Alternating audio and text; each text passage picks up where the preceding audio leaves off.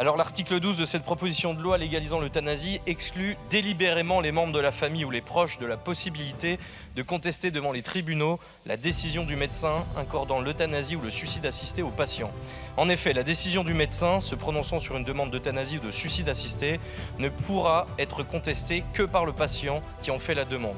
Dans les faits, cet article crée un droit au recours à deux vitesses où seules les décisions de refus d'une euthanasie seront susceptibles de faire l'objet d'un recours devant une juridiction. Vous admettez donc implicitement qu'un médecin puisse se tromper seulement s'il refuse une demande d'euthanasie, pas s'il accorde à tort l'administration de la substance létale. En cela, vous violez manifestement une liberté fondamentale, pourtant protégée par l'article 13 de la CEDH. Je veux m'adresser aux collègues de gauche. Mais où êtes-vous pour défendre le droit à la vie des plus vulnérables?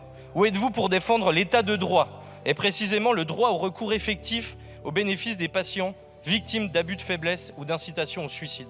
Chers collègues, rien dans cette loi n'impose aux médecins de prévenir la famille ou les proches d'un patient qui a décidé d'être euthanasié.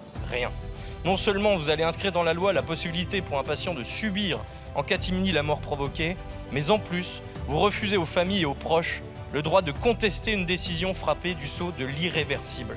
Cet article 12 pulvérise toutes les digues éthiques et démontre que rien ne doit entraver l'euthanasie des plus vulnérables, pas même le respect pour nos libertés fondamentales. C'est très grave.